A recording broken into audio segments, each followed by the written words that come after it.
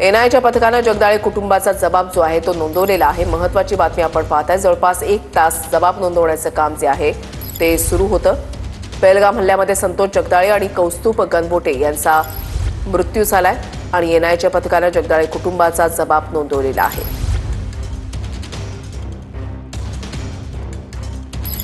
आपण पाहतोय की संतोष जगदाळे यांच्या घरी जी एनआयची टीम दाखल झालेली होती ते आपण पाहतोय की सध्या जबाब नोंदवून या ठिकाणून बाहेर पडलेले आहे।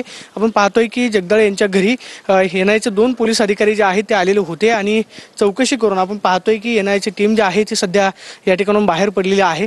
जवळपास 1 तास घरातल्या कुटुंबातल्या सदस्यांची चौकशी जी आहे ती खरं तर एनआय टीमकडून करण्यात आली आणि 2 अधिकारी जे आहेत ते आपण पाहतोय की या ठिकाणाहून चौकशी करून सध्या बाहेर पडताना आपल्याला पाहायला मिळत आहेत। एनआयच्या अधिकाऱ्यांकडून जवळपास 1 तास चौकशी जी आहे ती या ठिकाणी करण्यात आली आणि आपण पाहतोय की चौकशी करून एनआयची टीम जी आहे ती सध्या बाहेर पडताना आपल्याला पाहायला मिळते।